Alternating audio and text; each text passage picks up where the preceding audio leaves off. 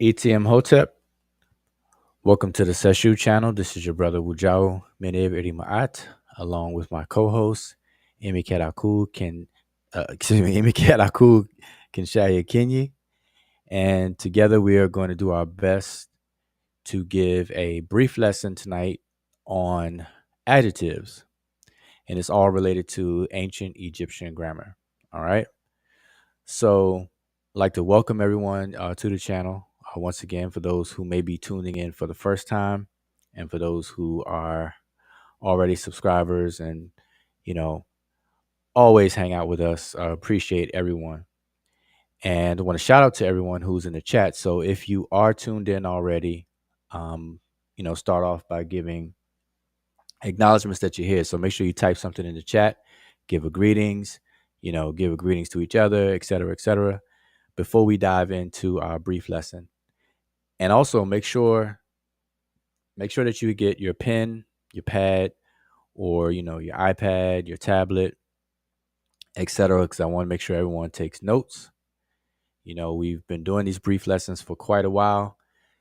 Call them different things, but over the years we've been doing brief lessons just to give people a like a surface overview of different aspects of the ancient Egyptian language and the writing system.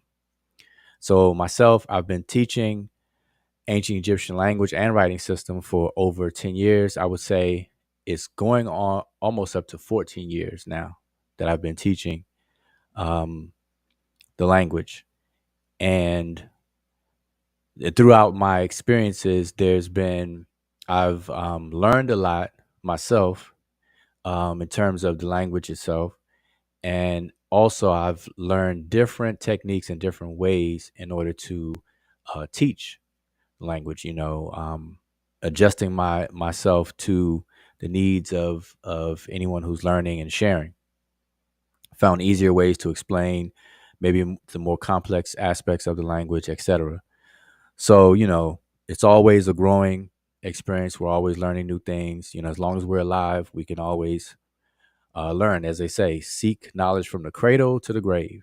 All right. So even if you um, are a veteran with the ancient Egyptian language and the grammar, this is still for you, for us, because it's always good to have a refresher review of things that we may have learned a long time ago. Because one of the things about the ancient Egyptian language is that it is considered a dead language. And I separate dead from extinct. I acknowledge that it's a dead language, but I don't go as far as saying it's extinct, because it seems a little bit contradictory when you read the various different scholarship documentation or scholarly works on the language. Because on one hand, everyone says that the ancient Egyptian language is dead, but then on the other hand, they say that it's still spoken in its last stage, that what they call its last stage as Coptic. So if the ancient Egyptian language is a single language that went through 5 stages, and Coptic being its last stage, and is still being spoken, then it begs the question of, why do people still call it dead?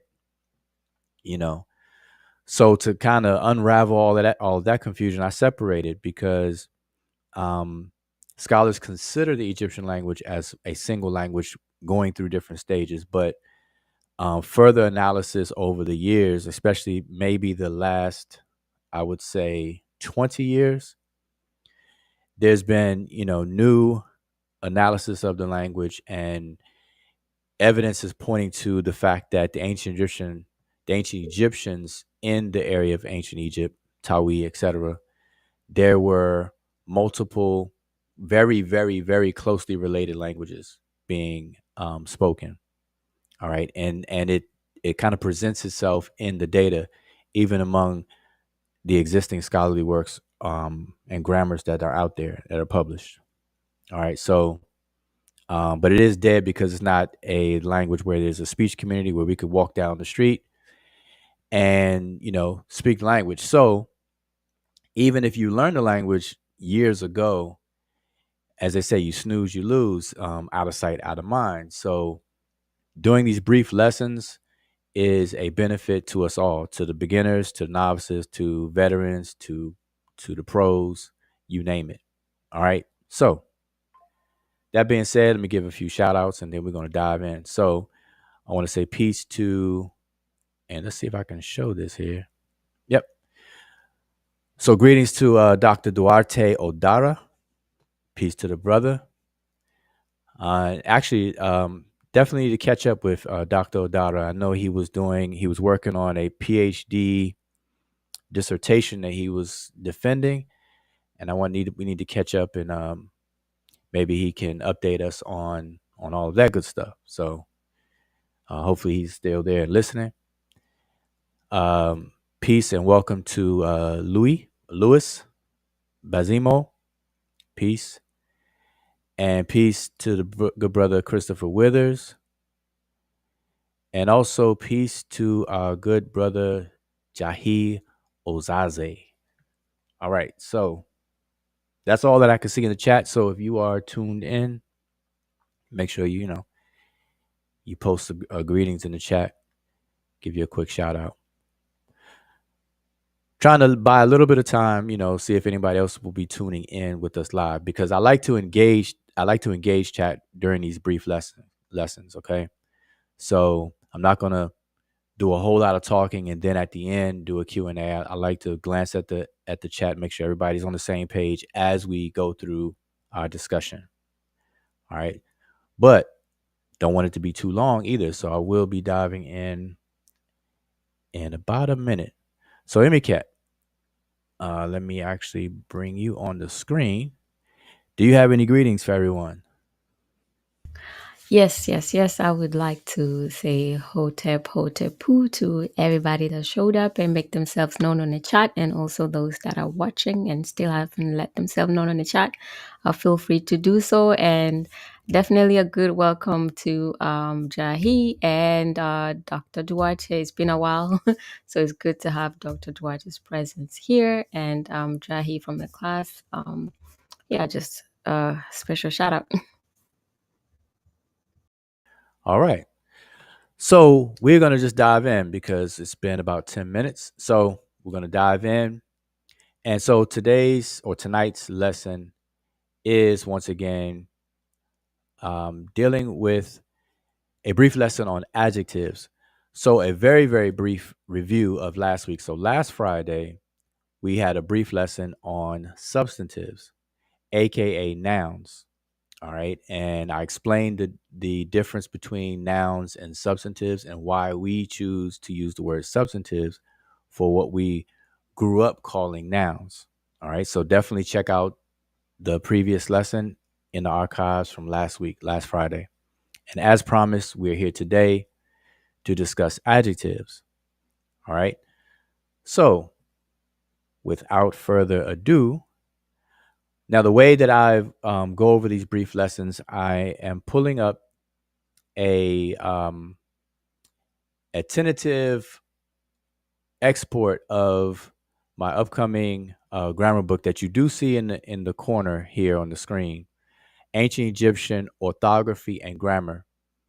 Now, I explained this many, many times, and I don't mind repeating myself. But the upcoming book is called Ancient Egyptian Orthography and Grammar. It will be the first edition, and it's a synchronic descriptive grammar of the earlier speech of Kemet. Okay. Now, the reason why I title it that is because when you're learning the ancient Egyptian language, you're learning two things at one time, but in a sequential order.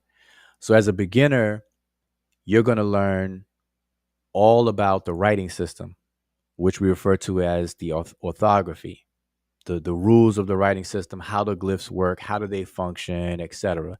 And you familiarize yourself with glyphs, especially with what's called monoliterals. So you're going to learn how all of that good stuff works. And that basically is a beginner's level study.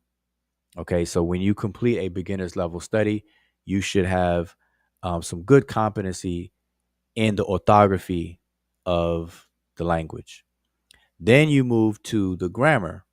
So that's why I named it orthography and grammar. So you're going to learn about the writing system, which is the orthography, and then the language, which is its grammar, which is itself two things at one time, which is morphology and syntax. And I always remind everyone of this too, that you don't really know a language until you know its grammar. Okay? Just remember that and think about it. It makes sense. You don't really know a language until you know its grammar because you can't really utilize and execute um, a language until you're familiar with its grammar, its syntactic rules, its how words are built up, made up, and things like that. That's when you can actually utilize the language. So it's one thing to memorize some words, some vocabulary, and things like that, which is great. It's good because you have to start somewhere, but can't really say you know a language until you have competency in the grammar. All right, so always remember that. And you're learning two things at once. So the section that I'm going to be sharing is the section on adjectives. So let me pull that up, and then we're going to dive right on in. And peace and greetings to the Sister Safa. Sister Safa is in the building. Remember, you all get your pads and pencils. And let me get everything on the screen, and we're going to jump in. And actually, let me quickly do this. Want to, if I can find the, let's see if I can share it. I'm sorry, I just need to share it on Facebook. I actually forgot to share it out on my feed so that people will even know that we're live. All right, so there we go. I don't want any excuses. All right, so I'm not one for excuses.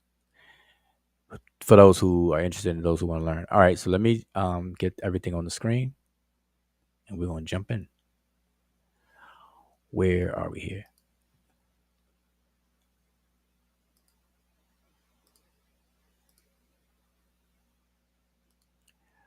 Okay, so you all should see that on the screen, and try to make it as big as I can to make it easy on your eyes.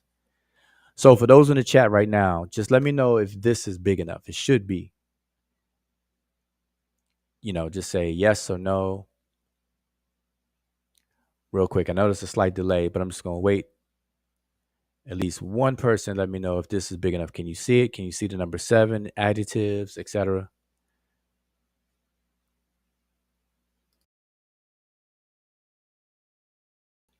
Before I move on. Yes, no, maybe so. And peace to the brother Amar. Amar is in the building. Okay, so I have 2 confirmations that is big. All right, so we're going to jump straight in.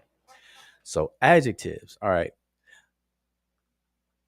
That's our discussion. So how I'm gonna do? I'm basically gonna read, and I'm just gonna elaborate as we go on. I'm gonna touch on some points and elaborate, and I'm gonna check in with you guys in the chat to make sure everybody's still on the same page. So that's how I'm gonna do the interactions. All right, and we can also have a Q&A afterwards. All right. So adjectives. What are adjectives? Now, adjectives are a syntactic category of words used to modify, describe, or qualify a substantive or, a substantive, a substantival phrase, or a pronoun, giving more information about the referent. Now, for those who missed the last week's brief lesson on substantives, just remember that when we grew up learning the parts of speech, we called substantives nouns. And I went into, you know, the confusion that can cause when you go through advanced studies, such as learning foreign languages, like we're doing with ancient Egyptian. All right. So we choose to use the word substantive for a very, very important and valid reason. All right. So remember that. But I don't want to confuse you, so just equate for now substantives with what you know as nouns. All right. All right. Now, accordingly, adjectives indicate such things as size and measurement. Examples: tall, long. Feelings or qualities such as lonely, honest. Nationality or origin: Kenyan, American. Characteristics such as flashy, sharp. Age: young, old. Properties: wooden, cotton. Shape: round, square. Judgment or value: awesome, pointless. Condition: rugged, volatile. Color: green, blue. Or weight: heavy, light. So here's some Rodney Kimmett examples. And just as an FYI, whenever you see or hear me mention the word Rodney Kimmett, that's the name, that's the indigenous name of the ancient Egyptian language. Okay. It's actually three words in one: Ra or Ro, which is literally the word for mouth. And then Ni is equivalent to our English word of in terms of possession, genitive. And then Kemet, which is the kingdom, the country, the polity that we now call ancient Egypt. Okay, so literally the mouth of ancient Egypt. But we know that places don't literally talk. So it's an idiom for the language of Egypt or the language of Kemet. All right, so you'll hear me use Rodney Kemet instead of ancient Egyptian. But here are some Rodney Kemet examples of adjectives. So we have six categories: value, color, shape, weight, size, condition. So for value, we have examples: nefer, meaning good. Ben, meaning bad.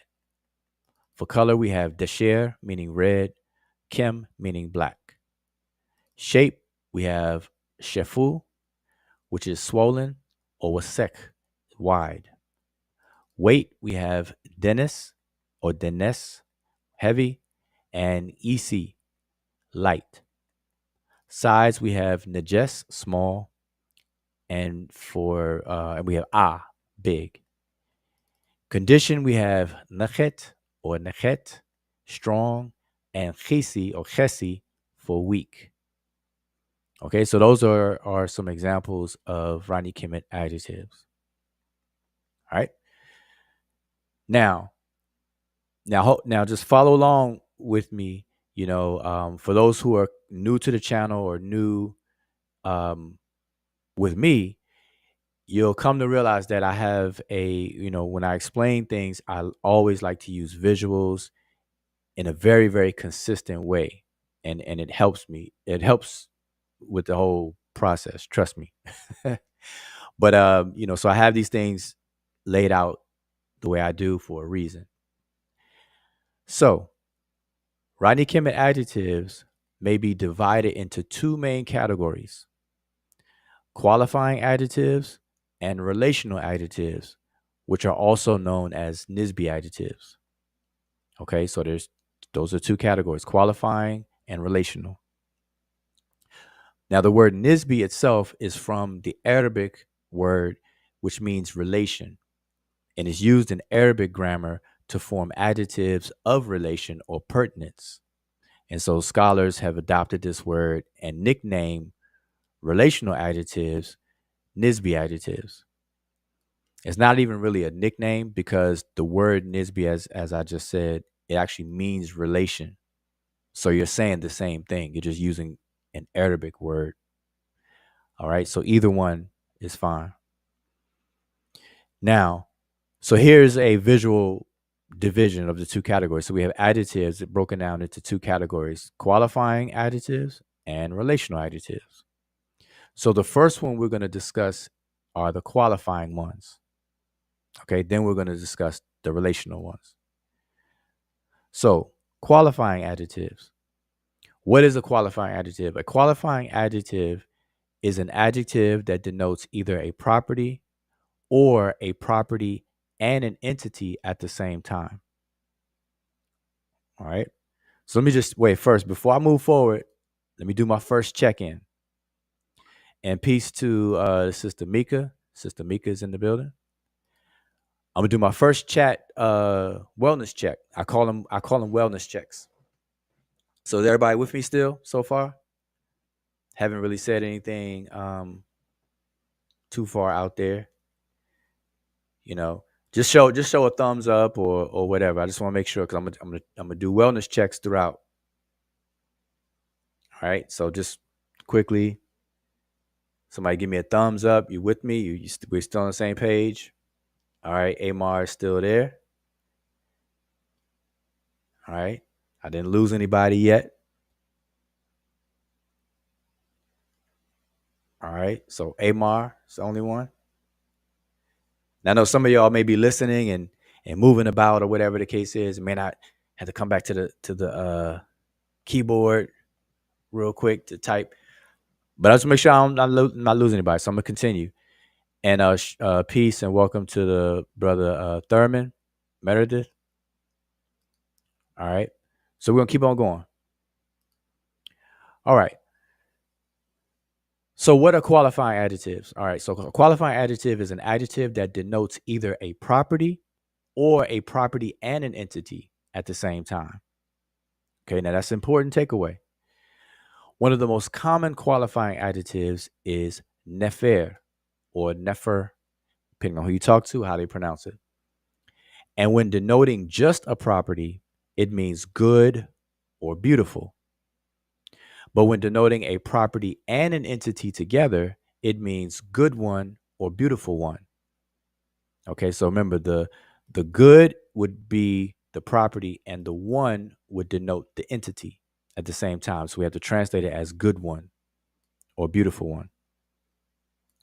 All right. Now, qualifying adjectives that refer only to a property are used as predicates, also referred to as predicative adjectives or predicative adjectives in adjectival sentences. All right. In this use, they are invariable. That is to say, they exhibit no declensional endings for gender and number, except the simple form of masculine singular. So I'm going to pause here. So, what that all means is that when a qualifying adjective, remember, we're talking about qualifying adjectives, and remember that they can denote either a property only or a property and an entity together at the same time. And when they only denote a property, they're used as predicates in adjectival sentences. And in that case, they don't show, they're not marked for gender and number. They don't go through those changes, those grammatical changes. They exist in the simple masculine singular form. Okay. So as I explain this, just take notes and take it in, because it's going to make sense as we, go on, and maybe we'll revisit this in the near future as well. All right. So adjectival sentences themselves will be taken up in a later lesson. I have section X because, as I said, this is a tentative export of this section out of my upcoming book that I hope to have published in 2025, next year. All right. So adjectival sentences comes up later in the book, but however, here's an example just to illustrate or demonstrate. So here's an adjectival sentence. We have nefer hereret 10. Nefer hereret 10. And what this means, translation is, this flower is beautiful. So I want to pause here for a second to explain what's meant by predicative or predicative in the phrase predicative adjectives. It's used as predicates. So remember, when we're learning grammar in English grammar growing up in grade school, we learned that a sentence has a subject and a predicate. And usually the subject and the predicate are divided by the verb. And the verb usually is counted as the beginning of the predicate. So the subject of this sentence is this flower, and the predicate is beautiful. So notice that the adjective is in the predicate. So this is what is meant by predicative or predicative adjective. And this is how we would translate it in English. This flower is beautiful, because it's a sentence, it's a complete thought.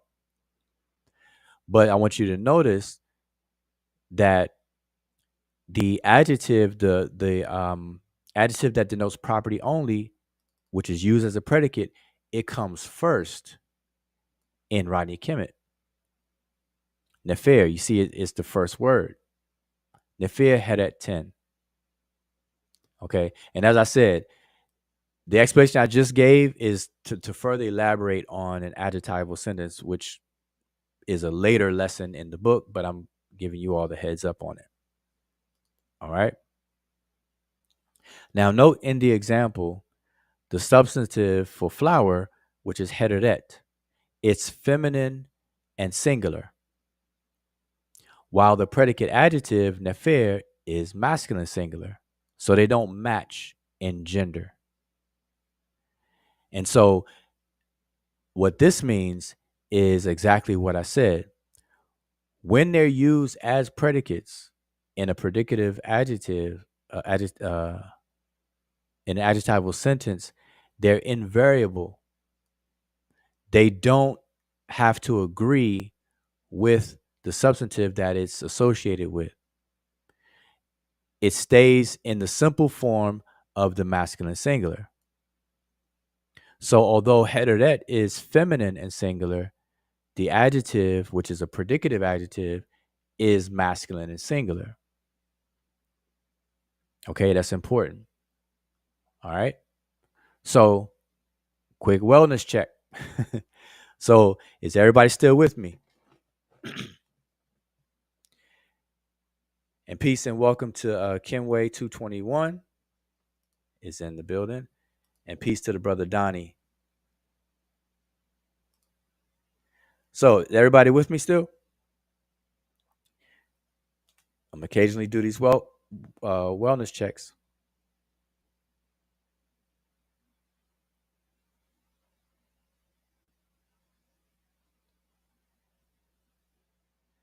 Yeah, I want to make sure everybody can hear me. I think the brother Chris said he has a problem hearing me. Hopefully, I'm being heard, and I must be, because I see people responding to me in the chat. All right, so we're gonna keep moving. Now, feel free, because I'm monitoring the chat as well. Feel free to ask questions as I'm going through this. All right, I don't want to wait till the end, till I'm finished, then Q&A. Although we can have a Q&A as well. But if you have a question, if a question pops up in your mind, feel free to type it in the chat. But do me a favor and at the Seshu, when preference your question with at Seshu, so it'll be highlighted. All right. And all right, so I'm gonna keep on going. Now, so what I explained was qualifying adjectives that refer to a property only. Okay. Now we're going to move to qualifying adjectives that refer to a property and an entity. So, qualifying adjectives that refer to a property and an entity are variable. That is, they have the same declensional endings as substantives for gender and number. So that means that these adjectives, or when used this way, they will and must agree in gender and number to the substantive that it is associated with. All right. So now, the gender and number endings refer to the entity denoted by the adjective, because remember, it refers to a property and an entity at the same time. Now, I'm going to pause right here real quick and just remind you all, if you saw the last week's lesson on substantives, and if you didn't, I definitely encourage you to go back and watch it. But I explained that both substantives and adjectives are nouns. And if that's your first time ever hearing that, I'm sure it may sound confusing, but it's not. So go back and watch the video. I break it down. But in brief, um, our English word noun comes from the Latin word nomen. And these grammatical terms that we use, such as adjective, noun, adverb, etc., they all come from Latin. And it's unfortunate that in English, when we're learning grammar, we call substantives nouns because there are actually two types of nouns that have always existed. We're just unaware of it in English because we're not taught that way. So there is what's called a substantivum, a nomen substantivum, which is a noun substantive, and then you have a nomen adjectivum, which is a noun adjective. So a noun substantive and a noun adjective is what we learn in grade school as nouns and adjectives. But now you will see that why we should call it the first one substantive and the other one adjectives, because both of them are nouns. That's why they have nomen in front of both. Nomen substantivum and nomen adjectivum. See that if we would have been taught that way, we would immediately know that both of them are nomens, aka nouns. Now, why do I say that? It's important because when you're dealing with adjectives that refer to a property and an entity, they behave just like substantives or nouns because they are nouns. So they are marked for gender and number and they change just like substantives do. Okay? So they get declined or they go through a process what's called declension. And I don't want to get, too deep and confuse anyone to explain too many things. All right, this is a brief lesson. Hopefully, everyone can follow. But here's a table of the declension of the adjective nefer. All right, so for example, we have the masculine singular. It is just nefer. The dual would be neferui. The plural will be neferu. Feminine singular is neferet. The dual feminine would be neferti. And then the feminine plural will be neferut or neferuet, depending on who you're talking to and how they pronounce it.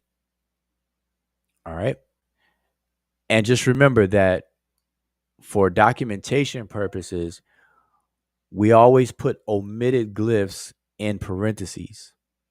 So this W here is in parentheses because in the glyphs, as you see, the W is omitted, is missing. And that would normally be the quail chick. Like you see the quail chick over here for Neferui. You do see the quail chick there. All right. Now, so here's a visual breakdown of everything that I just explained. And I always encourage people, take a snapshot of these little diagrams because they definitely come in handy. So we have qualifying adjectives. They can be broken down into two types. Those that deal with property only, and they are invariable, which means they exhibit no declensional endings. All right. And it also means that they exist in the simple form of the masculine singular, and that's it. Then you have qualifying adjectives that denote property and an entity. Those are variable, which means they do exhibit declensional endings. Okay, so those are the two different types of qualifying adjectives. So, wellness check real quick. Everybody still with me? Just give me a thumbs up. Are you good? You still with it? Did I lose you? We're still driving. Did your seatbelt come out? Come out? Did you, did you, did you, did you exit the car? Or are we still driving? We still cooking? We still cooking. Let me know real quick. All right, Amar says check. All right, just want to make sure everybody's still walking with me or driving with me. We going down the highway. All right. Peace and welcome to Sima as well. All right, so we're gonna keep on driving. We're gonna keep on going. And remember, you know, feel free to ask a question because I'll stop to make sure we're on the same page.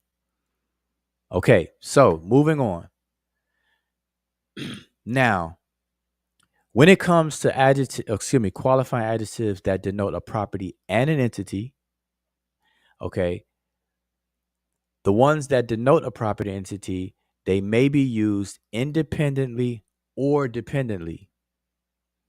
So now, if I were to add to this diagram right here that you see on the top of the screen, on this side, those that deal with property and an entity, you can further draw a division here and say ones that are used independently or dependently. Okay, so if you took notes or whatever, you can add that. Now, when used independently, they function as substantives. How about that? Are you surprised? You shouldn't be, because as I said, both substantives and adjectives are nouns, and you'll see how they behave alike. They look like twins. So the ones that are used independently, that is, they function as substantives. That is, they're called substantival adjectives. All right, as discussed in a previous, because these section numbers will change, but as in a previous chapter of substantives, this is due to the fact that in the grammatical tradition of Greek and Latin, from which many descriptive linguistic terms originate, adjectives were considered one of the subtypes of nouns, along with substantives being the other. And that's what I was explaining. They were referred to in Latin as nomen adjectivum, which are noun adjectives. An example of a qualifying adjective used independently is the word nefret, which means beautiful one, where nefer refers to the property of beautiful, and the bread loaf, which is transliterated as T ending, refers to a singular feminine entity that we translate as one. So that's why we say beautiful one. This is a property and an entity at the same time. Now, we are not informed on whether the singular feminine entity is a human, an animal, or a thing, etc. Determinatives assist when informing us of this, as in these examples. So here's some examples. So we have masculine, we have the word wab, the adjective wab, pure one. But with a determinative to better determine the intended meaning, we see a kneeling man. And so we would translate this as pure human or pure man, or we know that it's referring to a man. All right. Then in the feminine, we have neferet with no determinative, and we can simply say beautiful one. Now, context will tell us too, as well. Okay. Because prior to coming across this word, we would most likely know, due to context, what the one is referring to. All right, so keep that in mind. But an example here, we have neferet, and we have a determinative of a calf, a bovine animal. So we could say beautiful bovine. All right. Now, when used dependently, so that was independently. Okay. Independently, they function as substantives. Now we're going to move on to dependently. Now, when they're used dependently, and mind you, whether dependent or independent, we're still talking about those that deal with property and an entity at the same time. Okay. So when used dependently, They are often referred to as attributive adjectives. And all the bold words and things I have, you should definitely take note of.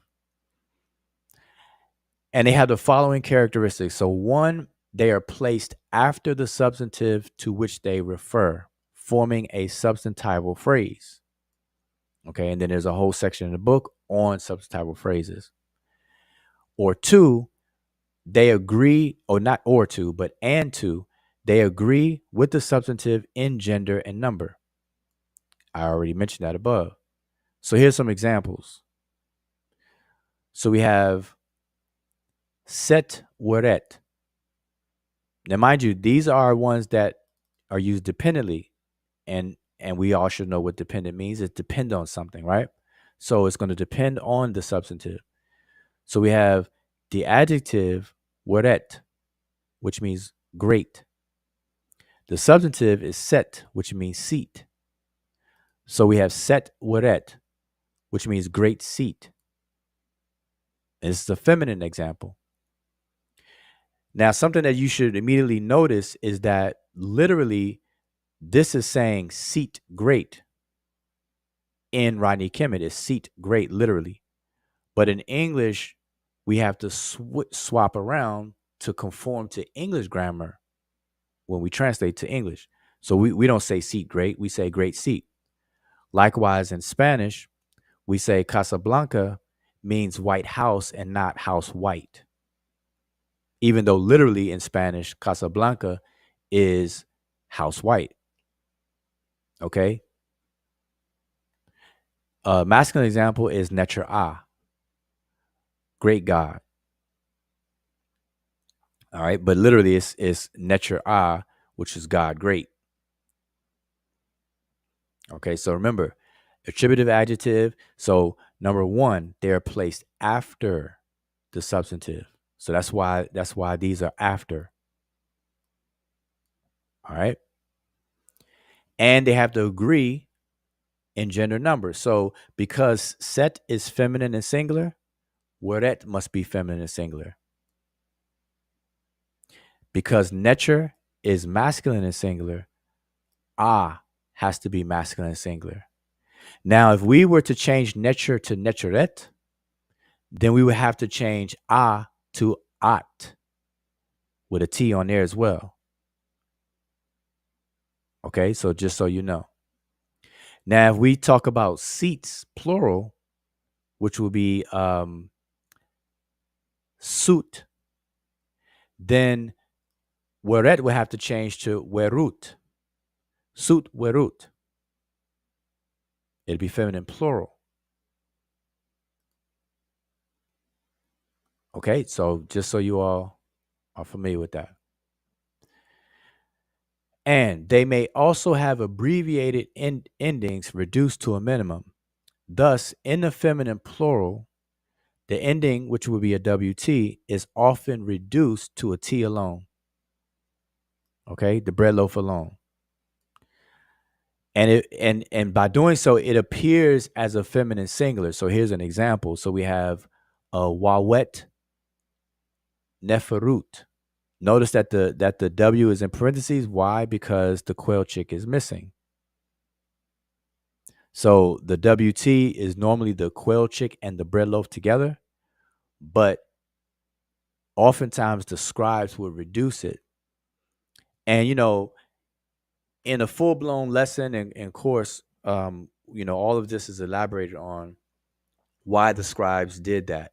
Were in a habit of doing that. It's mainly due to bird glyphs. A lot of the bird glyphs and whatever consonants they may represent, aesthetically, it gave problems to the scribes. So if any glyphs are omitted and things like that, they're usually the bird glyphs. But that didn't hinder anybody from reading it properly or anything like that. All right.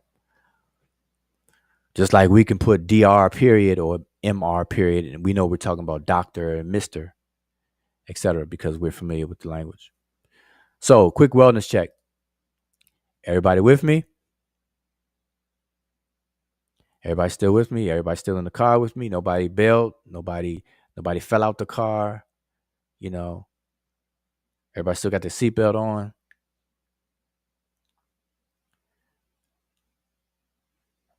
Are we still good? Just checking, checking, checking. Checking in, checking in, checking in. All right, Amar is still in the car. Jahi is in the car. All right. I think that's an indication that I can move on. Okay. So I hope everybody, I hope everybody's still in sync and following along. Okay, because we're gonna switch to, um, as you see on the screen, abstract and specific it. All right. Now we could think of a lot of different examples, but this should be enough to lay a foundation to have understanding the principles, the grammatic principles around adjectives. All right. So let's continue. So abstract and specific it. And you're like, well, what is that? So now in English, specific it refers to specific entities that are things or animals, such as wall, table, love, bear, and so on, as in, he looked at it. So in English, we have a way of pointing out a specific thing or a specific animal or whatever, specific entity. No other entity. We're talking about that one right there, that one right there. He looked at it, and it is something specific. But then you have what's called an abstract it, which does not refer to any entity in specific, as in, he said it because blah, blah, blah. Now, in Rodney Kimmett doesn't have an equivalent for a specific it. Okay.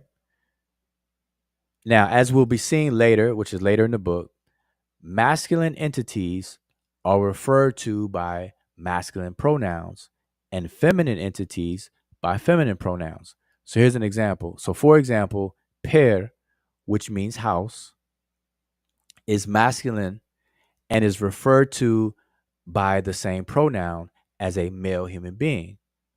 So if you had to refer to this pair, aka house, with a pronoun, you would use the masculine singular pronoun to refer to it. All right. But in English, however, house is referred to by specific it and man by he. So in English, we separate it. We say it for the house. We would never say he, but we say it. But we refer to a man by the pronoun he. But in Rodney Kimmett, you refer to pair not as it, but as he, or as the pronoun. And so what this means is, in a nutshell, is when you're learning Egyptian grammar and you're studying when you get to the point where you're studying the pronouns, you're going to see a pronoun which is represented by the horned viper. I don't have it on the screen, but I'm just letting you all know this. The horned viper represents the third person masculine singular, he. But it can also refer to it, just like the folded cloth or the pronoun s or c will refer to a third person feminine, she, but it can also refer to it as well. So it doesn't have an it specifically, but the way we had to translate it, it could be he or it, and likewise she or it. So hopefully that didn't confuse anybody. All right. To make it simple, if you have to call pair by a pronoun, you would use the same pronoun as he. And that's what I'm saying. So you use the same pronoun that you would for a male human being, which is he. All right. I guess the closest thing in English, you know how people call their car she, or they may call a machine, she, he, or she's running good, but they're talking about a car and not a woman. All right. So if you're familiar with that, then you should be good. Now, where a specific it is either masculine or feminine in Rodney Kimmett, depends on the substantive it refers to. Abstract or general or generic it is expressed by the feminine gender. So, accordingly, adjectives referring to abstract it assumes the bread loaf or tea ending. And so, here are some examples. So, we have the word bent or benet, which means that which is evil, and not just the word evil. So, ben means evil, but this bread loaf here that you see in the glyphs is referring to an abstract it. So we have to say that which is evil. Same thing with Jew, changes to jute, that which is bad. Then we have nefer, changes to neferet, that which is good. Now, these adjectives refer to a property plus an entity. The properties are good and bad because Ben and Jew are synonyms. Evil and bad are synonyms of each other. The entity referred to by the bread loaf in all of these examples is the generic it in all three instances.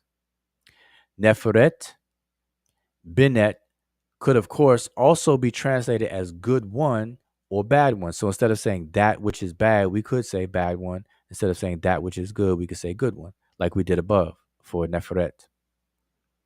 With the bread loaf T referring to an aforementioned feminine single entity. Remember, I said that the context will give you a clue, something that is it's antecedent. So it would be something that came before. All right. And they refer to that as anaphor. Anaphorically, which means, it's something that referred to before. And I say this to people all the time. Imagine somebody telling you a story and they start off with pronouns. Like you're reading a book, and the very first paragraph in the book is he went to the store. You have no clue who the he is, what's being talked about, because there was no specific person reference first, then the use of pronouns. So that'd be poor writing. You can't and shouldn't do that. So it's likewise here. All right. If you ever see Neferet or bad one or whatever the case is, you there has to be some specific reference prior to that. Now, finally, abstract it can also be expressed by prefixing the word boo to certain adjectives. So here's some examples of that. So we have boo nefer, which is to say that which is good. Then we have boo bin, that which is evil. So boo nefer will be equivalent to neferet. Boo bin would be equivalent to binet or bent. All right. So everybody good on that? Wellness check, wellness check, wellness check, real quick. In the chat, are we still good in the chat? We're still good. We're still good.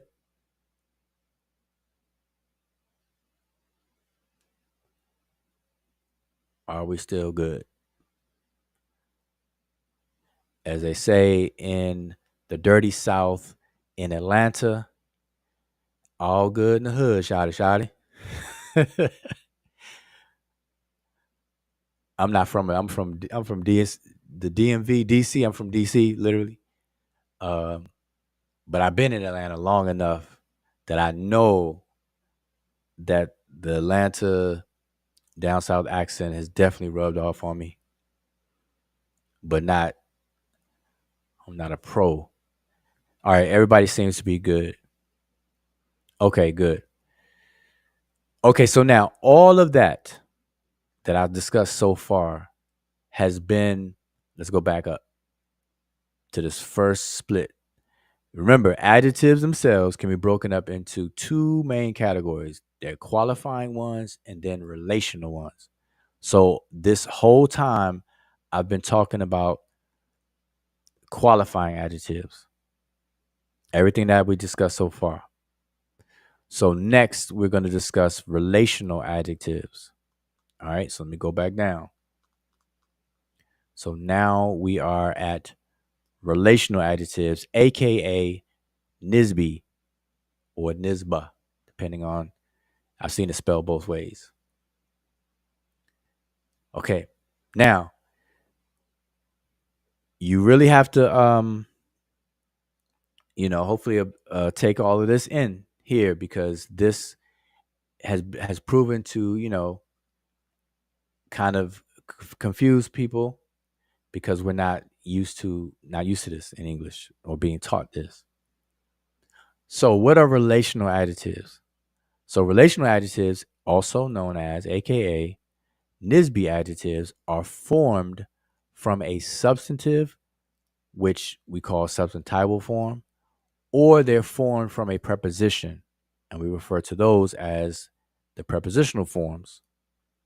And they're done by adding the suffix of the slanted double stroke, what is it, oblong double stroke, which we transliterate as a Y. Okay, so we add that ending in the masculine singular, which is written before determinatives.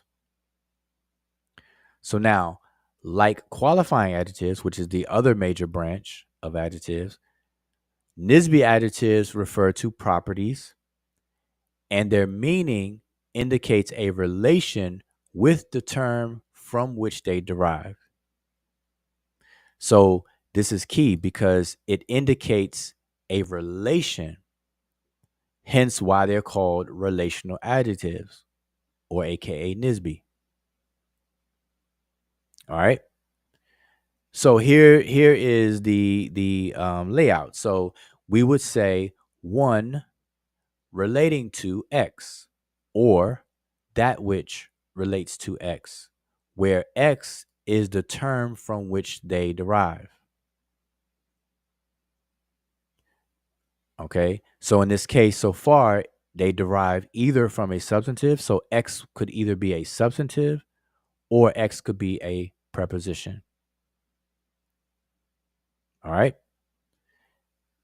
So here is a visual. So we have relational adjectives and we have two types or two forms of them: substantival form and preposition. They can only derive from either one of those. So we're going to discuss substantival forms, and we're not going to discuss prepositional forms at this time or tonight, because prior to discussing prepositional forms, you first have to understand how prepositions are, how they operate, and everything. So we haven't done any analysis on prepositions, so we're not going to deal with that. All right.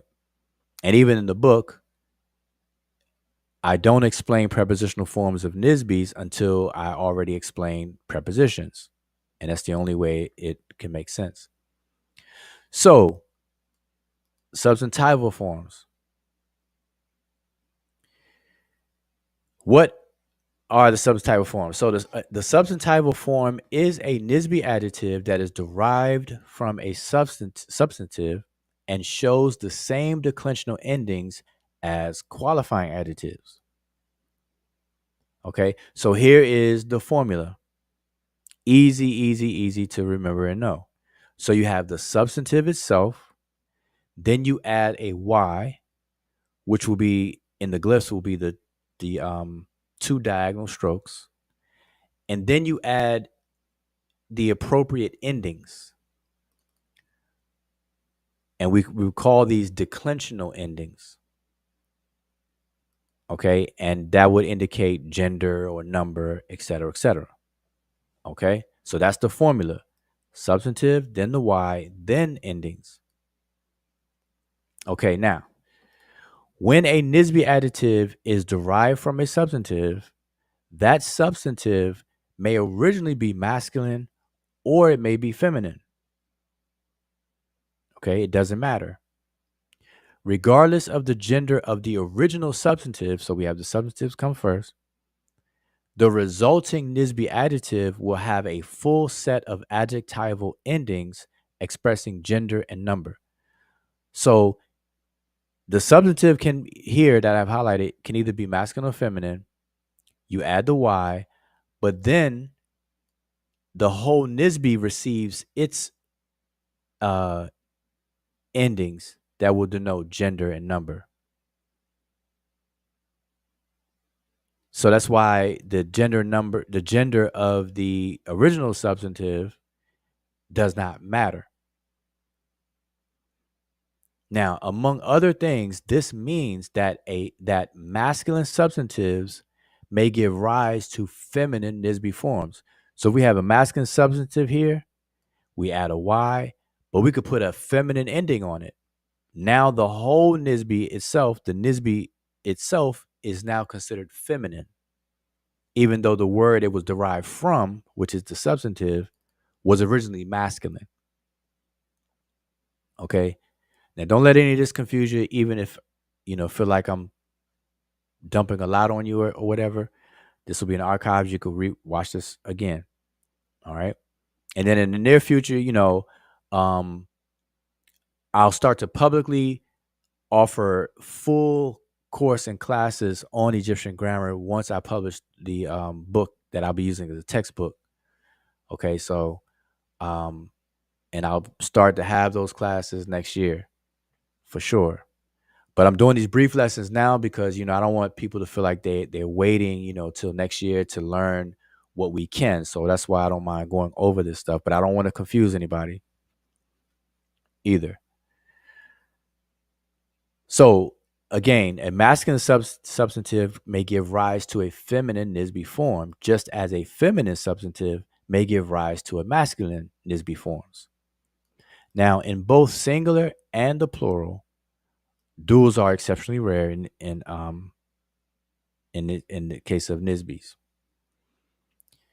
Now, the Y ending, which is the diagonal strokes, is frequently omitted when writing nisbes. Now, for beginners, this becomes a challenge. Any times the scribes omitted things that should be there and they're not, it does present problems for beginners because one, you're not familiar with various different texts enough yet to recognize it, and it just creates a little problem. But it's not anything to sweat over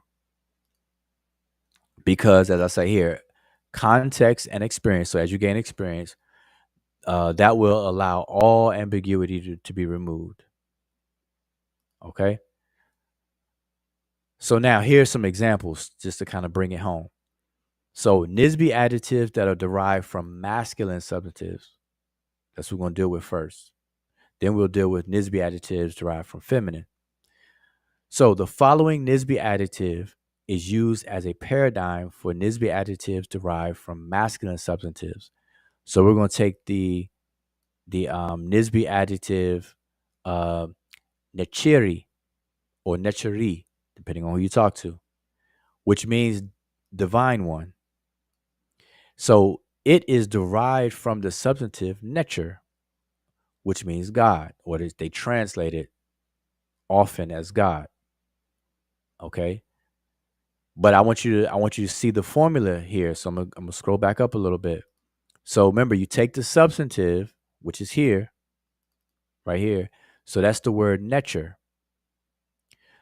So you have the word Netcher here. Then you add a Y, then any endings to indicate gender and number. So that's what you're going to see in this table right here. So for the masculine singular, you take the substantive, which is Netcher, Then you add the Y, which is that the two diagonal strokes. So Netcher and the two diagonal strokes gives us Netcheri, which is divine one, which is masculine singular. Now feminine, you do the same thing. The original substantive, which is Netcher, which is masculine singular, by the way. Then you add the Y.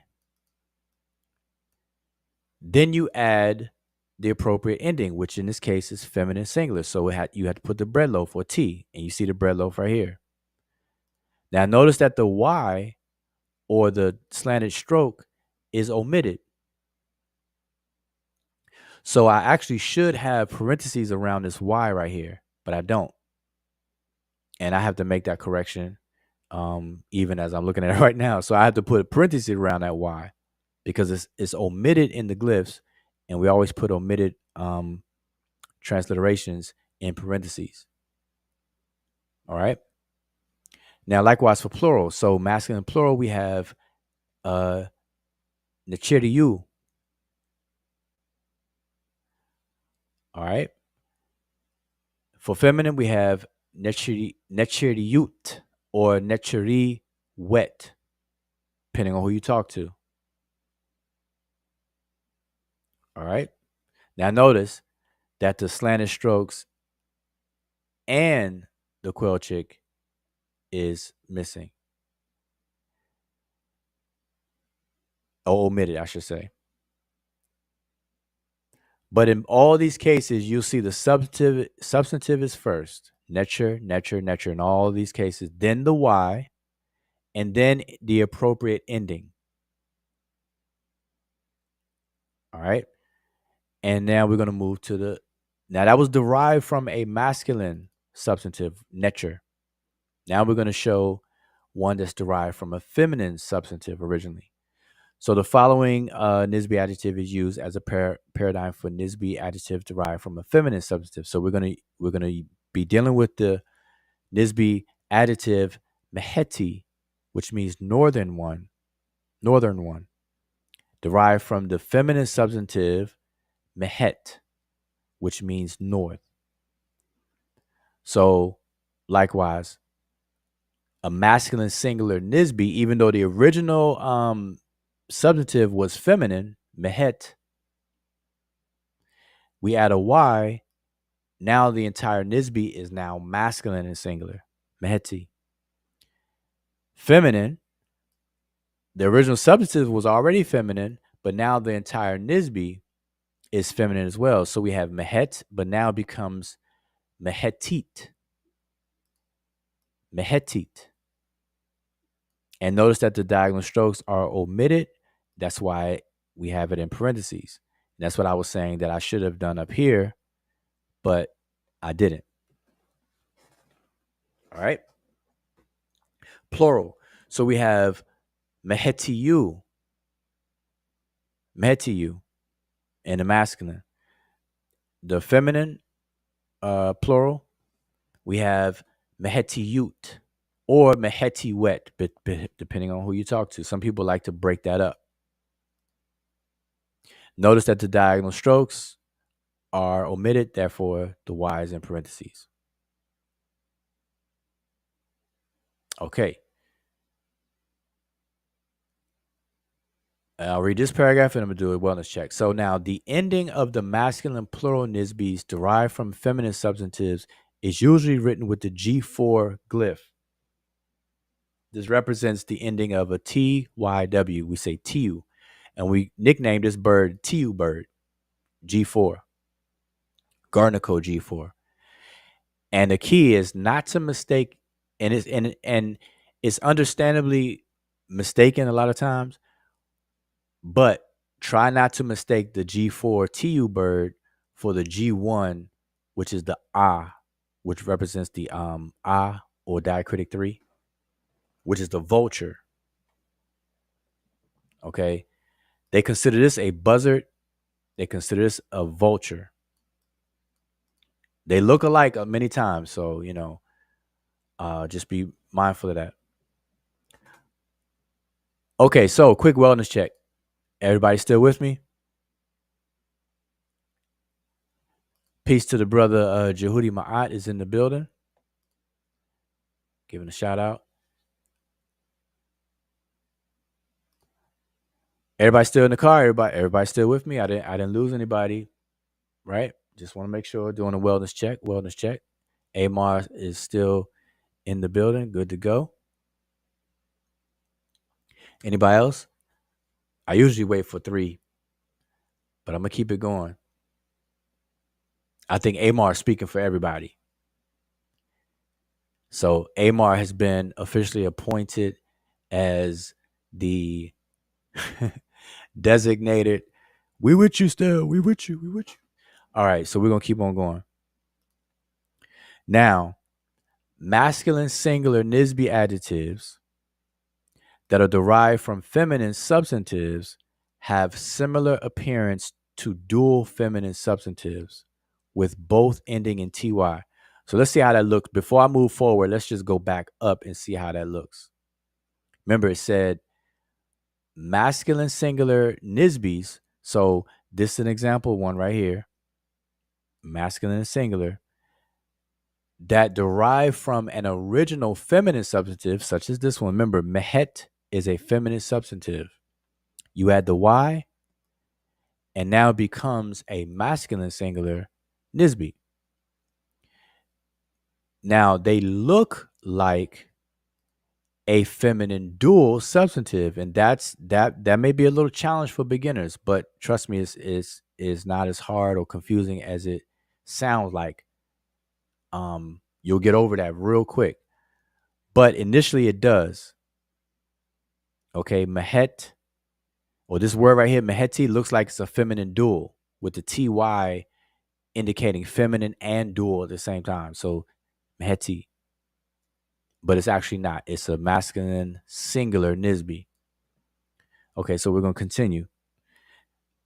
Now, a distinction is made in this grammar. So this is, my the way I've documented to make it clear.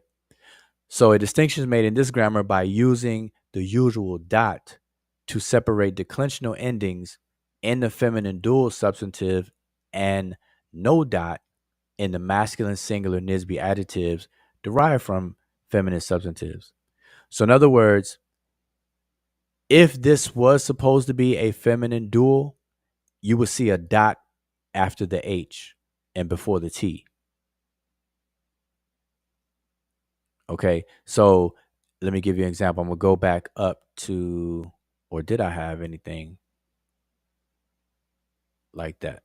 Yeah, like here. See, this is feminine dual, neferti. So you see how that dot separates the TY there? Neferti, that's feminine dual. Now, going back down, our meheti looks similar, but notice that when it's transliterated, I did not separate it by a dot. So that's what I'm saying. In this grammar, I'm making it clear for the readers and students so that they won't be confused at all. Okay, so that's basically what I'm saying there. So now here's an example. So for example, we have a pair of Gardner 049 glyphs that you see here. So these glyphs is a form that has 2 possible meanings. As a feminine dual form, which it would be niuti, it would mean 2 cities if it were feminine and dual. And we transliterate it as niutis. Now see how it's separated with a dot? The ty is separated by the dot. So that's indicating it's feminine and dual. 2 cities. Now, as a nisbe adjective, it would mean one relating to the city. And in English, we would reduce that to an idiomatic word, local. So when we say, one who relates to the city, we just say somebody who's local, a local person. But we transliterate that as niuti with no dot separating it. So you see the difference? Niuti as a nisbe, niuti as a feminine dual. Masculine singular nisbe, feminine dual substantive. Okay? All right. That's important because you could walk away with two different meanings because one means two cities and the other one means, one relating to the city. So that, how you can see how that can cause problems if you don't realize that. Now, additionally, the dual writing niuti, which would mean two cities if it were feminine dual substantive, is used in a playful manner to write the nisbe niuti, which means pertaining to the city, as in this phrase here, Netcher niuti. This doesn't mean the god of two cities. It means god of the city or the god who pertains to the city. So we say city god or simply the local god, Netcher niuti, the local god. Okay. Now you may have seen this. I'm gonna give you an example of an actual use case where you see this. You actually see this one as well, but something more popular. You heard of the city Behudet. I'm sure a lot of you all may have heard the city Behudet. You may be familiar with, or you should be familiar with, Heru or Horus, and you'll usually see Horus of Behudet, the warrior, the fighting Horus. Horus of Behudet. You may read about that. But in the glyphs, in the language, Rani Kemet, it will say Heru Behudeti. Heru Behudeti, which means Horus pertaining to the city of Behudet or the place of Behudet. Another example, and I don't think I have it here. No, I don't. So I'll just explain it to you. Another popular example. You're already familiar with Horus or Heru, and you're familiar with the word Akhet, which means horizon. So you may see the phrase Har Aket or Heru Aketi. Heru Aketi. And some people will translate that as Heru of the two horizons. But it's actually Heru who pertains to the horizon.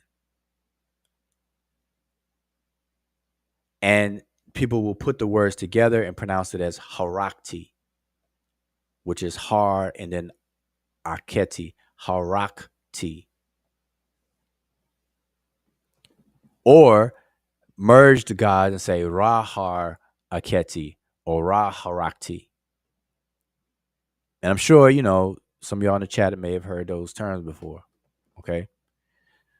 All right. So to keep it moving, now since nisbe adjectives indicate a relation, that's important. That's why you have the word nisbe there, relation.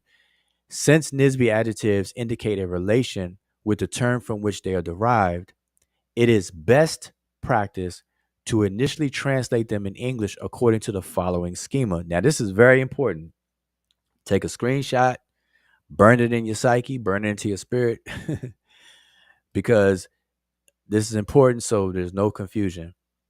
This is the formula on the translation of nisbes. So what you would say is one or ones, depending on if it's singular or plural, one or ones relating to X. If it's a person. If it's a thing, you would say that or those, depending on if it's plural, singular, plural, which relate to X. So basically, you say blank relating to X or blank which relates to X. And so you say that or those if it's a thing, or one or ones if it's a person or people.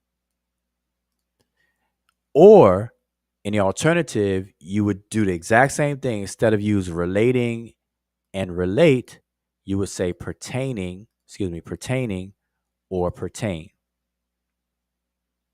It's just that simple. Okay.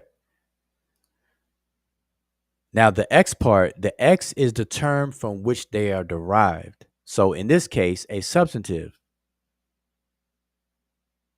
So a substantive will replace the X, obviously. So in some instances, as with the example of niuti, which means one relating to this to the city, it may be reduced to an idiomatic, which I said earlier, an idiomatic expression such as a local. So now here are some examples to kind of smooth it over. So on the left, I'm showing the original substantive, and then on the right, I'm showing the resulting nisbe adjective or relational adjective. Okay, so we start with a feminine singular, which is what the F and S stands for, a feminine singular substantive, which is the word aket. It means horizon. We change it to a nisbe by doing what? Remember, we add the Y. So now aket becomes aketi, and now it means one pertaining to the horizon. Okay? Now, here's a takeaway. So I'm going to pause a second and give you all a side note and very important takeaway. When we were growing up and we learned the parts of speech, when we were taught about adjectives, a lot of focus was placed on the fact that adjectives describe nouns. And this may not be for true for everybody. I know when I was growing up and everybody around me in all the different schools, adjectives were always defined as adjective describes or modifies a noun, describes or modifies a noun. And we take that to mean description, describe, and we think of physical attributes like physical characteristics. You know, if you want to describe a book as being big, you're thinking of physical attributes, or a tall person, that's a physical attribute. But what they don't teach us or didn't teach us in school is that an adjective can the meaning of an adjective can denote a relationship and not a physical description. And that's what nisbes are all about. Okay? So now, to make that make more sense, notice that the horizon as a substantive does not become an adjective as one who is the horizon. Like a person doesn't become the horizon or the substantive that it came from. It's simply establishing a relationship to it. So it's one who pertains to the horizon. Okay, so that's key. And now this resulting nisbe is now a masculine singular. That's why you have ms right here, a masculine singular. So it used to be a feminine singular substantive. Now it is a masculine singular nisbe. So now moving on to the next one, we have sket, which is a feminine singular substantive, which means field or farm, like our word farm. Now that becomes the nisbe saketi. All we did was added a y to it, and now it's a masculine singular nisbe. But guess what? It means one relating to the field. So remember the formula: one relating to x. So one relating to saket, which means field. Now, in English, we would reduce it to an idiomatic expression as farmer, because a person relating to a field, we would just call them a farmer. Okay? Third example, wepwet, which means message. This is a feminine and singular substantive again. It becomes a nisbe by adding a y. So now we have wepweti. All we did was added a y. Wepweti, one relating to the message. Notice that whoever this refers to didn't become the message. It establishes a relationship to the message. And we would translate that as a single word in English simply as messenger. All right. So y'all follow that. So hopefully it's making more and more sense. Now we have another feminine singular substantive, kemet. This particular kemet is a place. It is the place that became later known as Athribis. Okay, in this example, transfer that into a nisbe, it becomes Kemetiu. All we did was we added a Y and then we added a declensional ending denoting what? Plural. So instead of just Kemeti, it's Kemetiu. So it's masculine and plural. That's why you have the abbreviation here. So now we say those relating to Kemet. Go back up here. See? Those which relate to X. In this case, X is Kemet. So we say those which relate to Kemet or those relating to Kemet. Or we can say ones relating to Kemet. And that simply means the inhabitants or the residents of Kemet. And because it's a place, we would say inhabitants or residents of this particular place. And this place later became known as Athribis. All right, for this example. Okay, so hopefully that makes sense. Notice that the people did not become Kemet. It establishes a relationship to whatever Kemet is. In this case, it's a place. So it's establishing a relationship of the people with the place. All right. So that is the substantival form of nisbes. Remember, I told you there were two. They could be derived from two things, either substantival or prepositional. And so that was all the substantival forms. And like I said earlier, when it comes to the prepositional forms, I make a note here to the readers that it'll be taken up later after prepositions have been introduced and discussed. Okay, it makes no sense to talk about prepositional nisbes if people don't know what a preposition is first. Okay, so pause here. Quick welfare check. Welfare check, welfare check, welfare check. How we doing in the chat? Everybody with me? I only got two little small sections to go and we are done.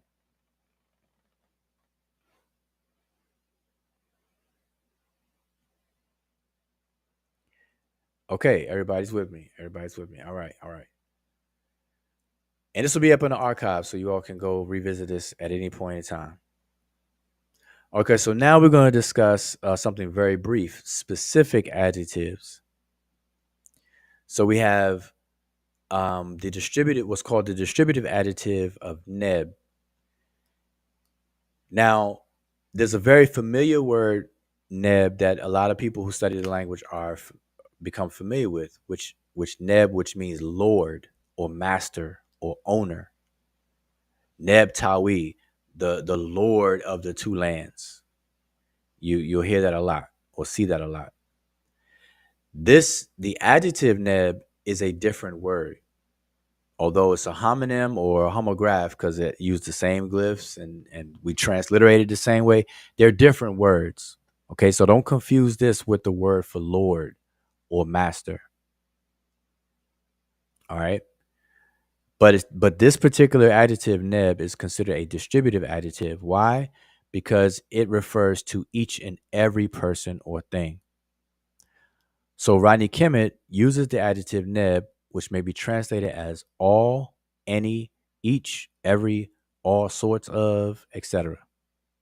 And it depends on the context. Now, it is placed directly after the substantive it modifies and before any other adjectives. Excuse me. So it will come right after. So here's an example. Inu neb nefir, which means all sorts of, remember, all sorts of. So all sorts of good products.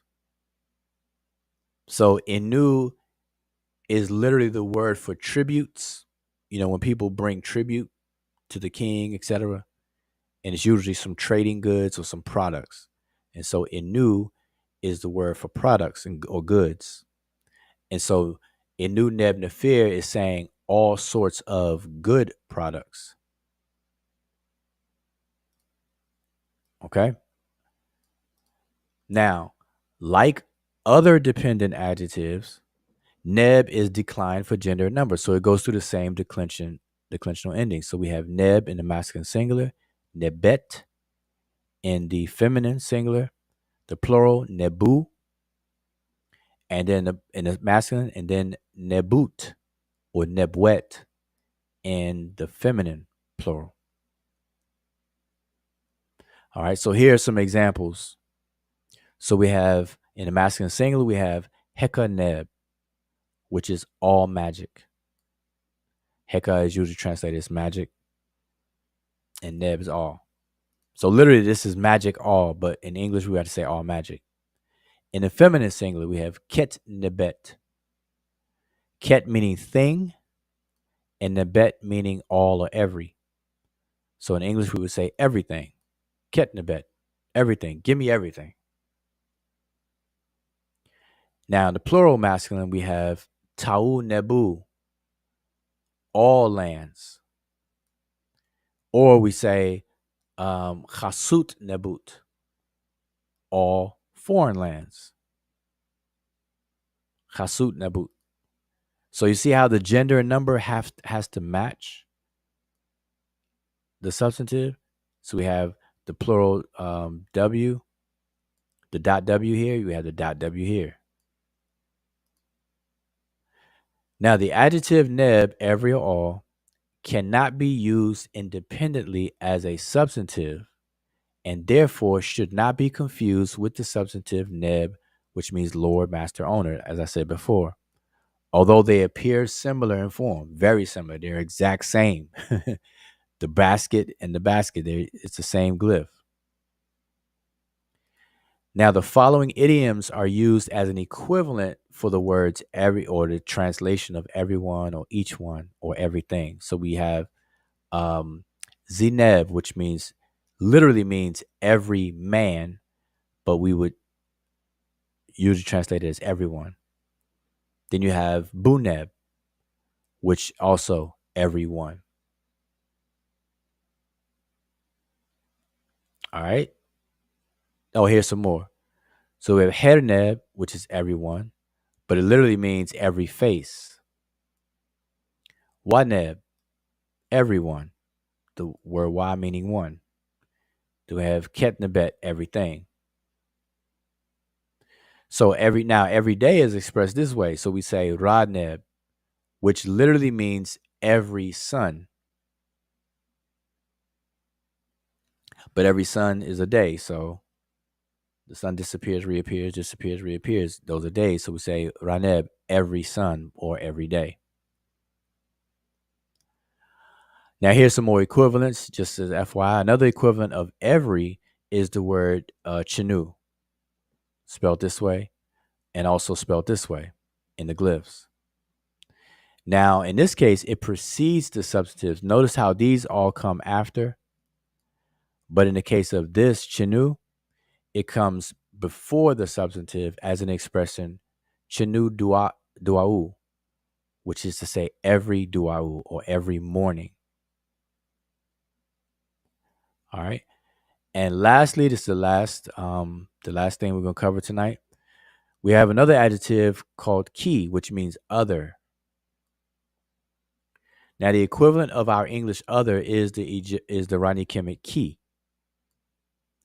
Now, this particular word also goes through declension, so it's declined according to gender and number. And so here's the example: ki, which is masculine singular, and then kiwi, not the fruit kiwi, but it sounds like it, but it's kiwi. Then we have the feminine, keet, and then the plural, keet as well. Now, unlike other adjectives, key is placed in front of the substantive to which it is dependent, forming a substantival phrase. So here's some examples. Key sep, which means another time, sep meaning time. Kiwi BT or BTU, other kings. Then we have Keet Pekeret, which is another remedy. Pekeret meaning remedy in medical papyri. Like other adjectives, key can be used independently as another one. So you see key by itself, it would mean another one or the other one. And then another example, kiki, you may run into this, kiki, which means one another. Like they did it to one another. Kiki. And that's it. That concludes a brief lesson on adjectives. All right. So hopefully everybody followed along with that and didn't have any problems. Just checking in with the chat. So we have say peace and welcome to the brother Philitentist, and he has a question. So I'll open it up for Q&A, for a brief Q&A. If you all have any questions, we'll go till 9:30. So we got 8 minutes, 8 minutes of Q&A. So if you want to type your questions in there, feel free. So Philitentist, it says, Seshu, what does the neb mean with the unk jed pillar and was scepter on top of it? Okay, that's a good question. The neb in that instance is the adjective, which is the word all. So you may see the phrase, for example, I don't have it quickly to show you, but I'll just say it. You'll see the phrase D and neck, and then you'll see unk jed was neb. And that neb represents, as if to say, all life, all stability, and all dominion. D and E and neck, I have given unto you. D and E and neck, I have given unto you. Unk jed was neb, which means I have given unto you all life, all stability, and all dominion. So that's what that means. So that particular neb is the adjective neb, not the neb meaning Lord. All right, so that's a good question. And hopefully, I answered that to your satisfactory.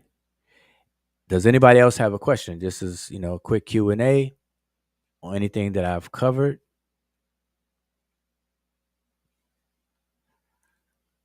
Yes, no, maybe so. Speak up or forever hold your fingers. Forever hold your peace. Forever hold your hotep, as they say.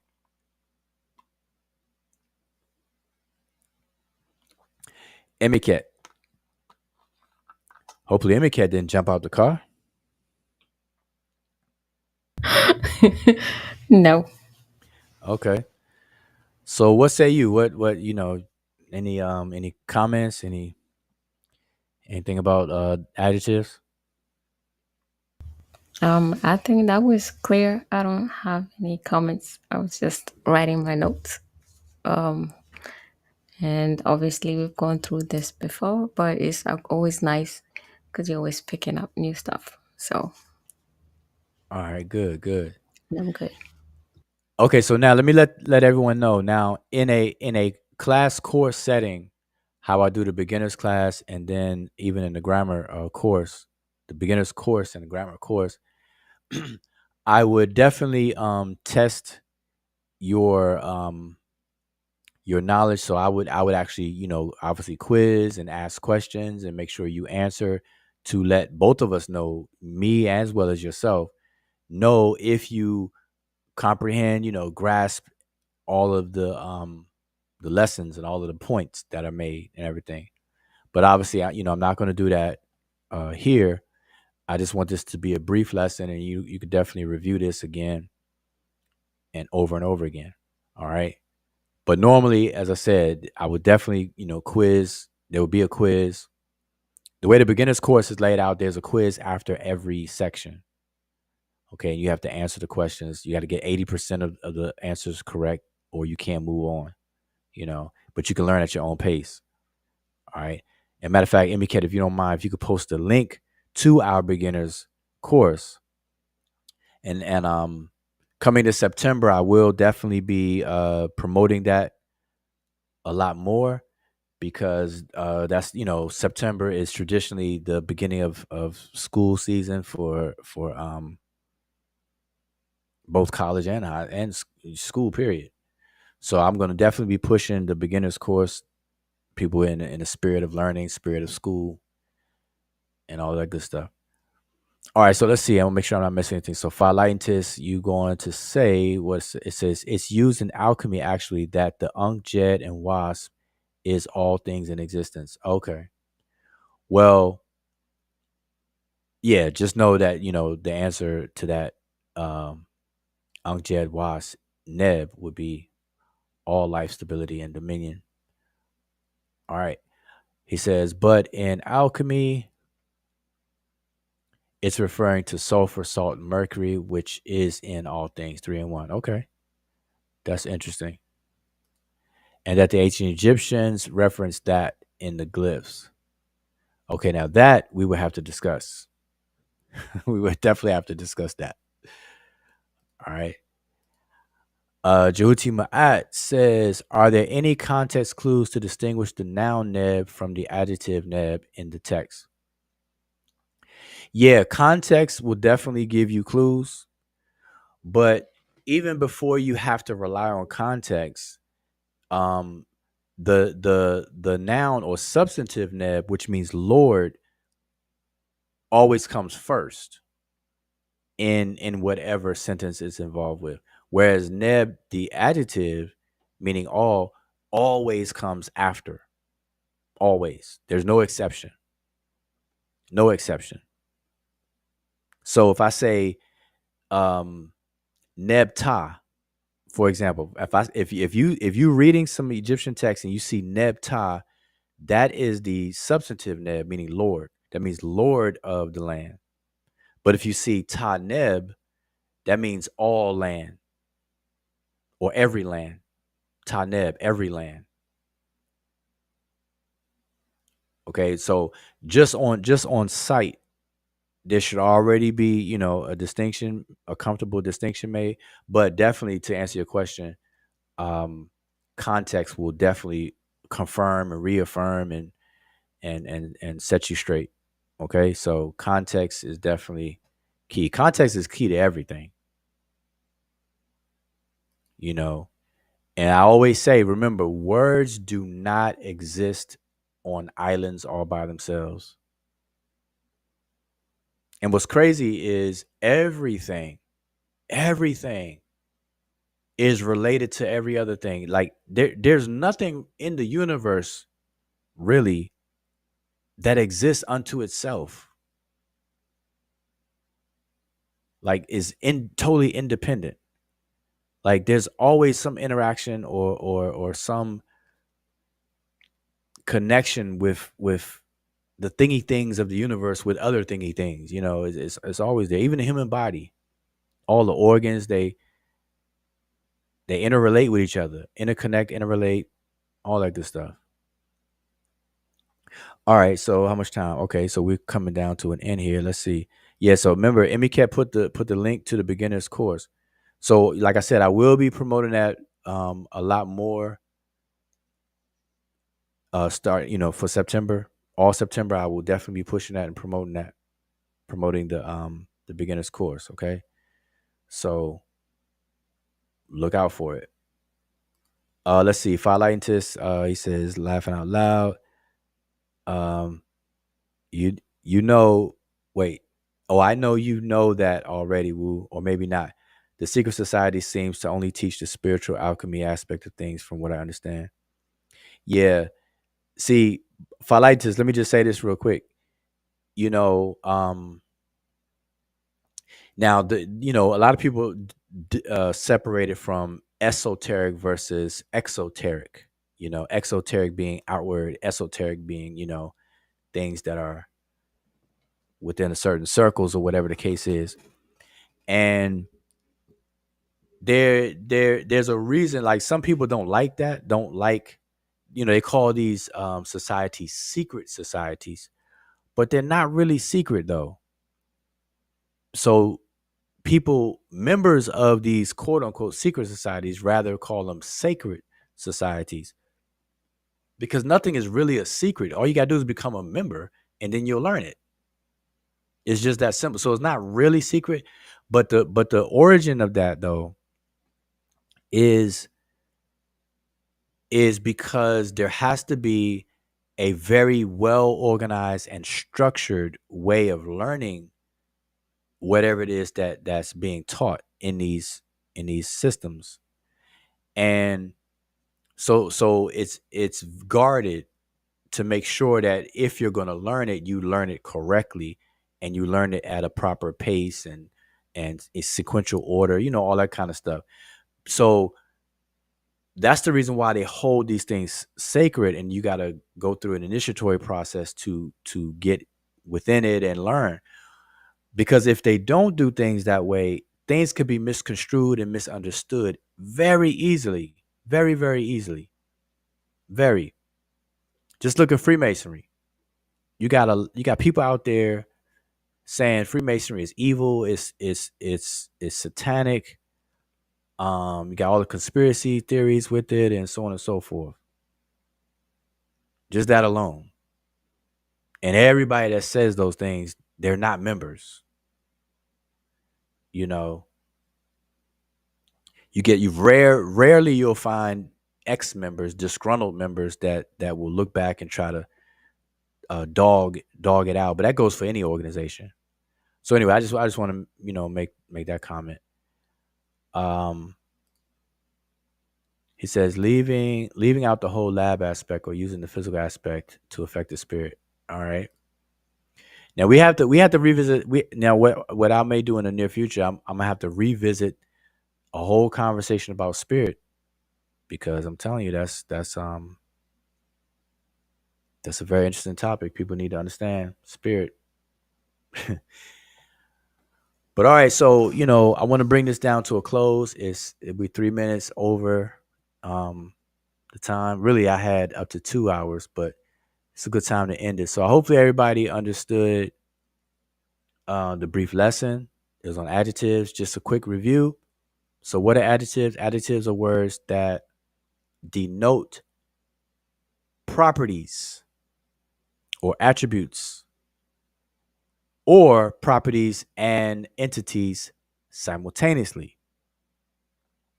Now, I'm gonna give you all FYI. This is something that you all can take to heart memory in terms of language and the real world. Okay, so now think of it this way: verbs in any language, verbs represent change, instances of change. Substantives represent entities. Adjectives represent properties or properties and entities at the same time. Adverbs represent circumstances. Okay, and I'll just stick with those for now. So remember what I said. Substantives represent entities, adjectives represent properties or properties and entities at the same time, and adverbs represent circumstances.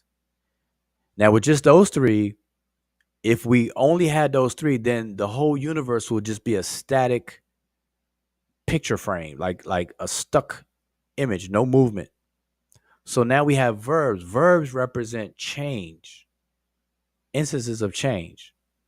That's the activity in the universe. That's what verbs represent. Then you have existential words that represents existence itself, more so on the ontological aspect of of things.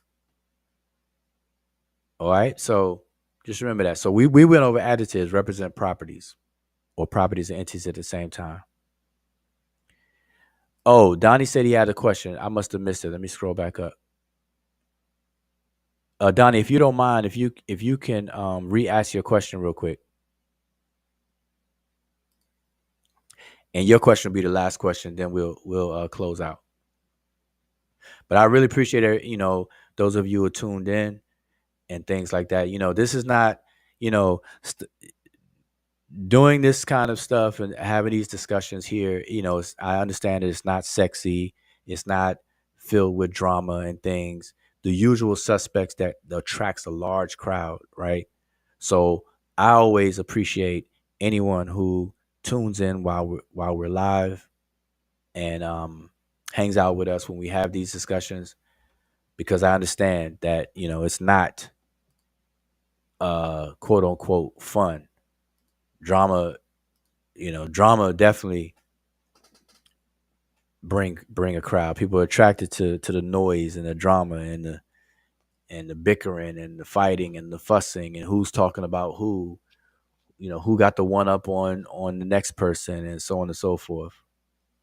Then you have just the repeated anachronistic short bus topics.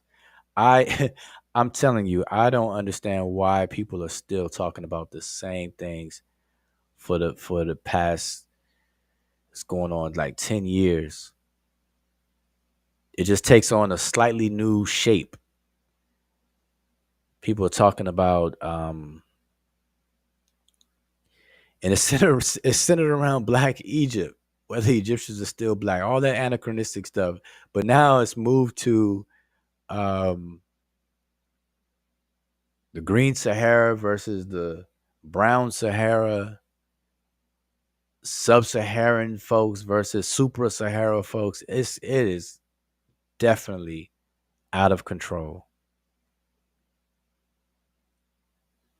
Okay, so Donnie asks, "Can I ask where are you getting your information?"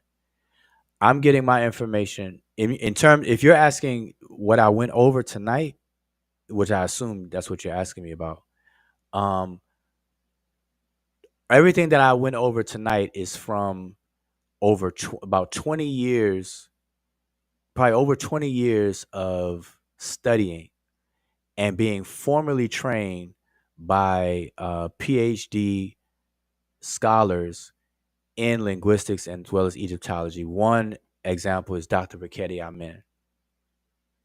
So that will be my formal training. I received formal training from Dr. Riketti Amen way back in the day.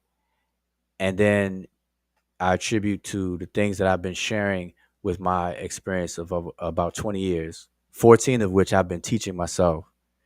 So a lot of things that I've explained people can look in grammars. I kind of pride myself on owning all the grammars of the Egyptian language that exists, that's published right now.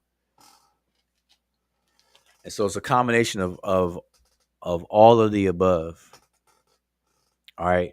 But I share it and teach it based on my experience, and I teach it in my way that I see as being most effective and successful. So there you have it. Yes, yes. And ultimately, it comes from the ancient Egyptians themselves. Of course, they're not here, but it's what's left over in the text and things like that. So, and it's the thing. Everything that I go over in the grammar book, um, I can demonstrate in Egyptian text. Okay, so everything that I've gone over, is demonstrated. Like the examples, like I'm gonna show you real quick, very quick, very quick, and put this back on the screen.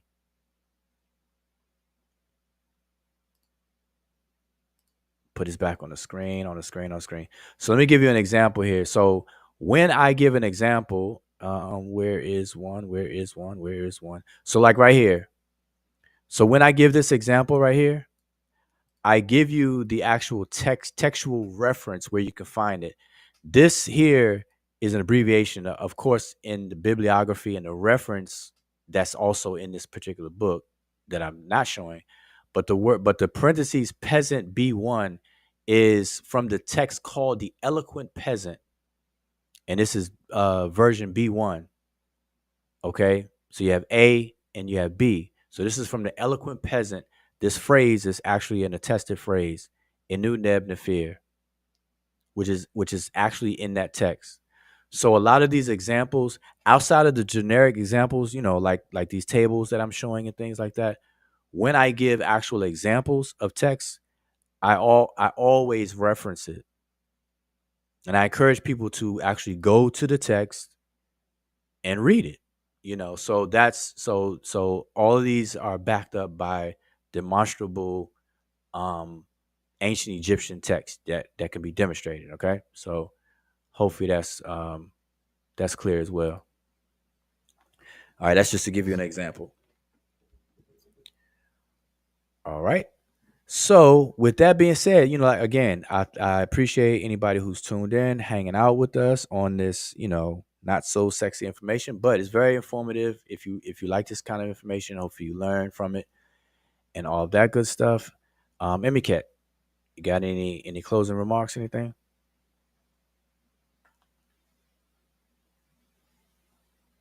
Yeah, I just hope everybody was paying attention and writing some notes and things of that nature because this kind of stuff is kind of good to go over not just now but even in your own free time. And I would suggest that for the beginners, try to maybe focus on the while you're doing your regular transliterations, and you're focusing, for example, on something like the offering formula, like the Hotep in the Su and things like that. That you can just try to see if you can recognize some of the things that were discussed here in those kind of inscriptions, and it just kind of start small and not, and I think after a while it will start to make sense. But try to, go over this stuff now and then later, because it's in the archive, and then use them, also apply them on something that you are currently working on. That would be good to kind of just reinforce and make them stick. Okay, excellent, excellent. And lastly, I want to close by saying, I always, and I forget because we're not used to um dealing with avenues to people for people to support what we're doing, because in the past we haven't really done that. But people have been asking how to support, so I always like to at least make sure I make mention in all of the videos because these will be on the archive. So for now, we don't have a specific cash app or things like that set up. But if you want to support, I always default to like more so bartering instead of flat out um, free will offering. Although, obviously I would never turn stuff like that down either. But I always, I have a pattern of or a history of going the bartering route. So whether it was T-shirts when I was promoting T-shirts and things, people supported buying T-shirts. That way they support and they get something in exchange. So um, now I have a big interest in health and nutrition. So I've teamed up with nurse practitioners and doctors, and who have started a supplement dietary supplement line, product line. And so one way to support, so I'm involved. So that's another passion that I have. So I'm involved with that.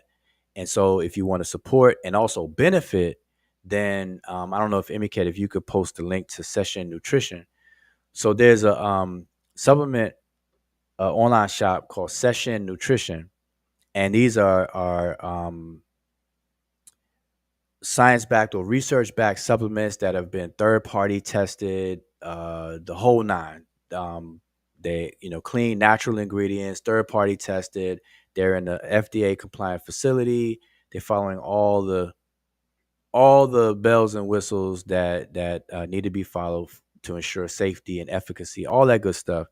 And so, if you are a person who already takes dietary supplements, whether it's vitamins, minerals, multivitamins, or specific ones, definitely check out Session Nutrition.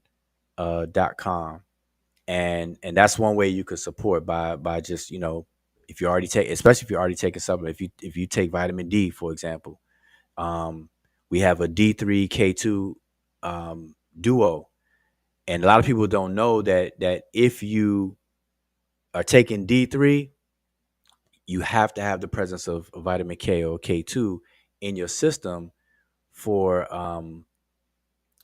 for it to work properly, because what vitamin D does, or D3 does, among other things, it does a lot of things. Very, very, very, very key. It's actually a hormone. We call it a vitamin, it's actually a hormone. But it does a lot of things. But one of the things it does, it helps um, with calcium absorption. And calcium is needed for the bones, and so on and so forth. But without the presence of K2, you take a lot of vitamin D, you're going to absorb calcium in your diet, from your diet or whatever the case is, but it's not going to be directed to the proper locations. And what it does, it'll start to calcify or form plaque in your arteries and stuff like that over, an extensive period of time. But that's what happens. So a lot of people don't understand how certain micronutrients work with each other. So I say that to say that a lot of care and concern went into these dietary supplements. So make sure you check out the website. At the very least, sign up for the newsletter on that website, so you could get any product information or promotions and things like that. And myself and Emicat, we're directly involved with that. We might as well say that it's part of our company and things.